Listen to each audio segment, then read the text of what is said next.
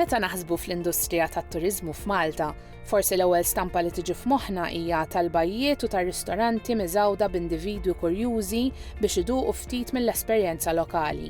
Iżda fix-xogħol ta' Mariella Erdogan, id-dinja tat-turiżmu tfisser aktar minn hekk.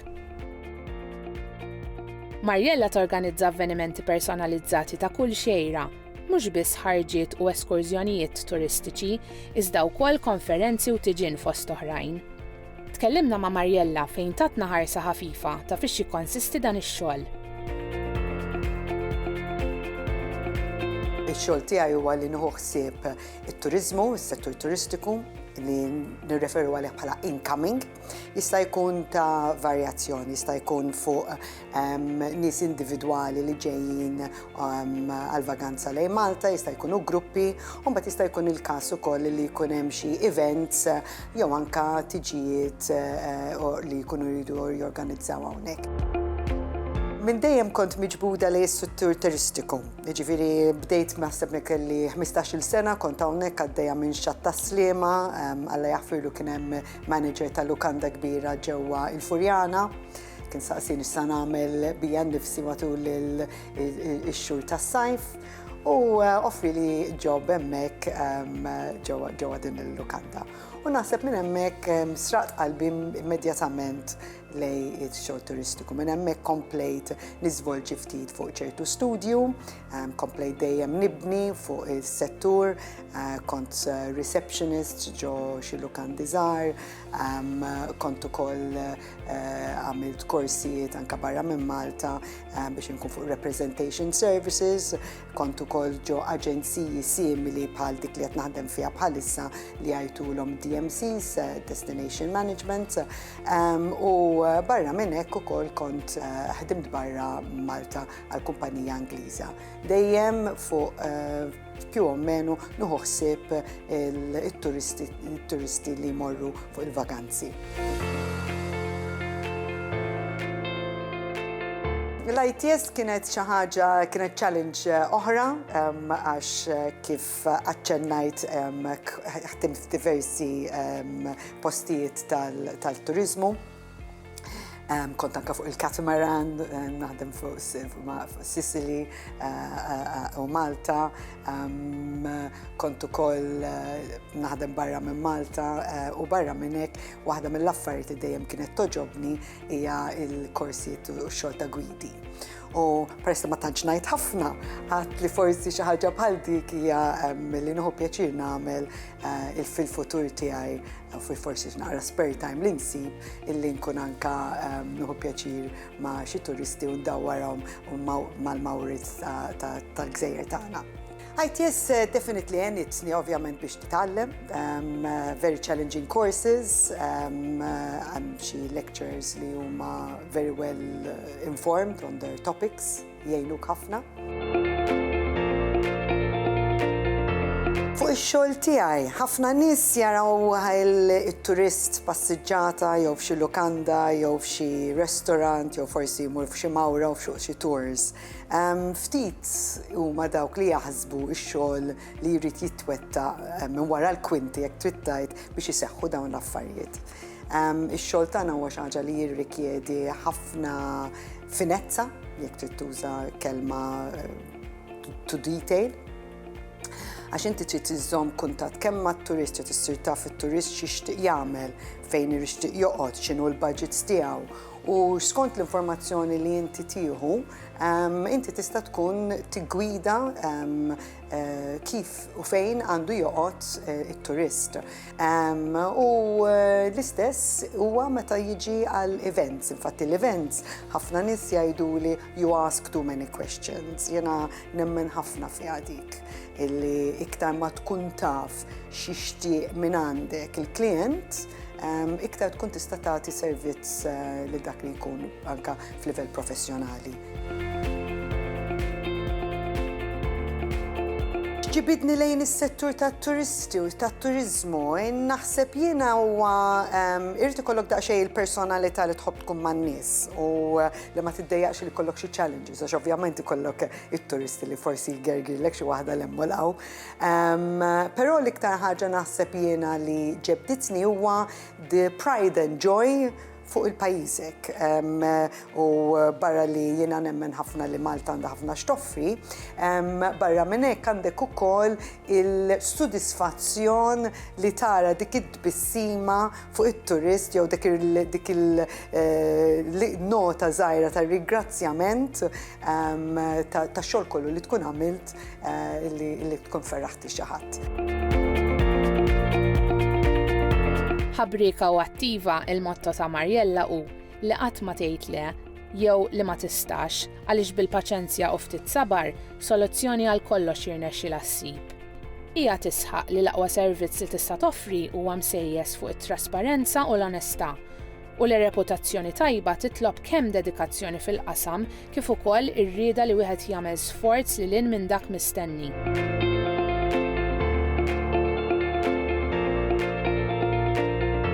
L-approach li għandek bżonn tagħmel biex teleb l-isfidi tiegħi fuq ix-xogħol tiegħi hija li dejjem tinsa l-bieraħ u kuljum tibda paġna ġdida għax kuljum għandek challenges differenti.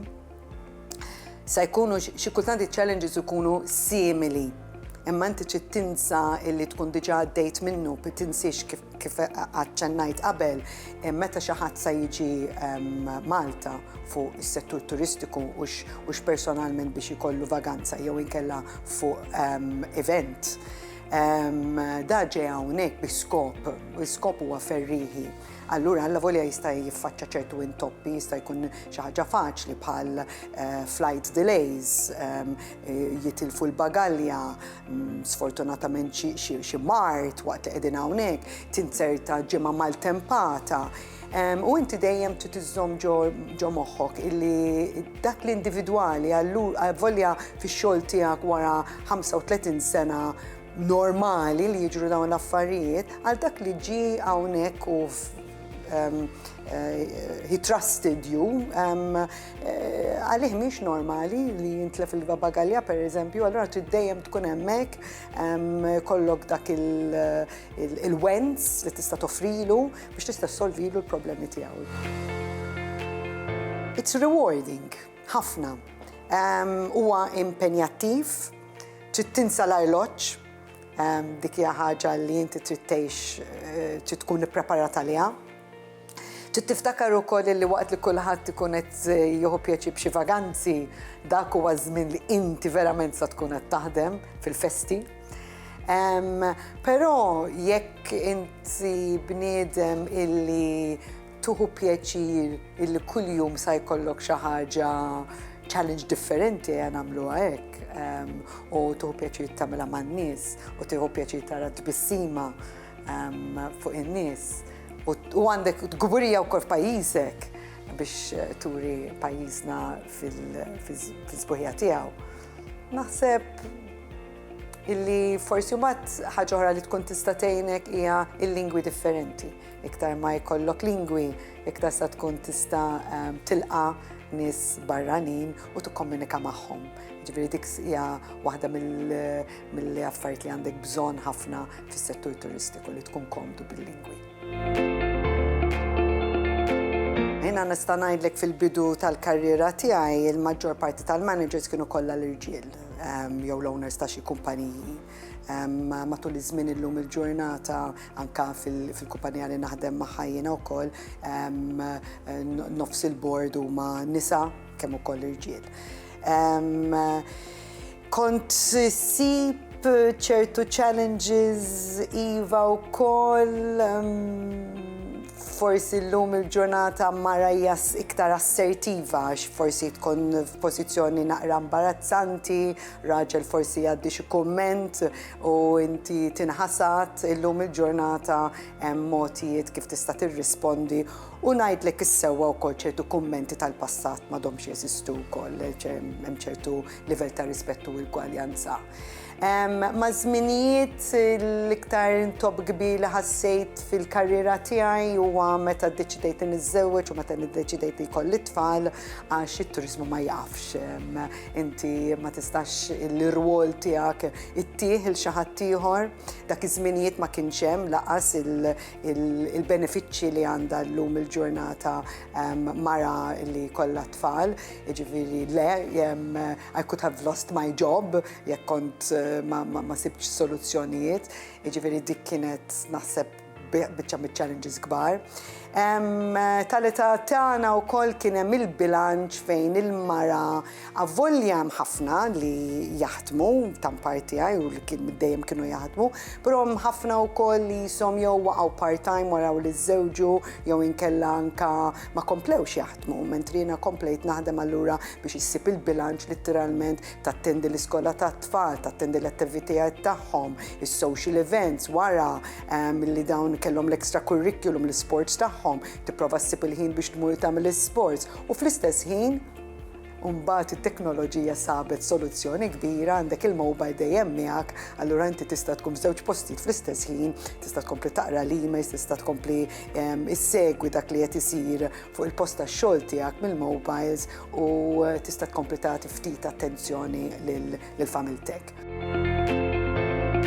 Apparti l-ħidma li twettaq mal-klijenti tagħha, Mariella tifforma parti minn għaqda non-governattiva li torganizza avvenimenti ta' ġbir tal-fondi.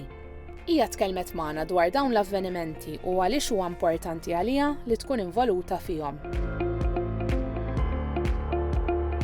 L-NGO li nagħmel parti magħha hija di Water Polo Foundation. Din hija foundation li bibdiha Timmy Camilleri ftit snin ilu.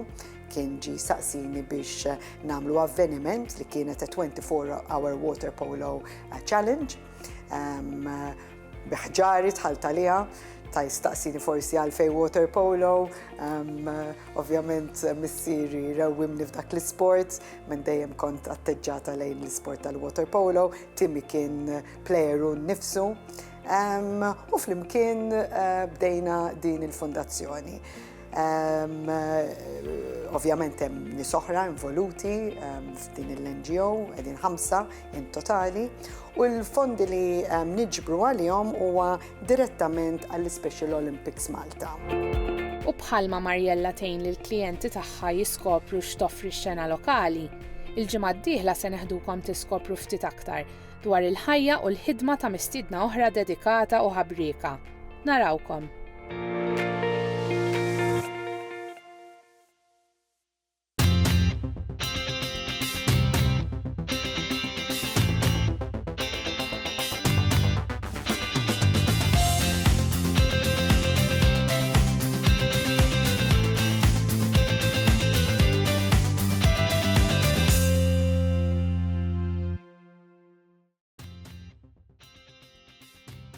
Il-mara jixtieq jirringrazzja lill-Ministeru għat-Turiżmu, lill-Malta Tourism Authority u l-Institute of Tourism Studies.